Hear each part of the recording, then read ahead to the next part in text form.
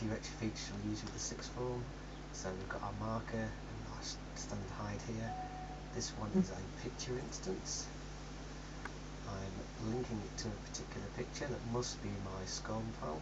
I can change the position of it, whereabouts it will be, whether it shows or not at the start. And in this particular case, I've got a show, put it on, and a hide hides it. I've also got a dialog box. And now the message here doesn't actually work. You will need to set it to enable. The message is done through the link. So here we go. And in this case, I've got that dialog box going to open a URL, and the URL it's going to open is this one here in this particular case. So let's see what happens when we try it. So we'll demo it.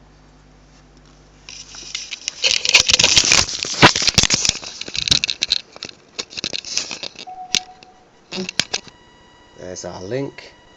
Want to know more? Yes. And that's opening our web page. All good.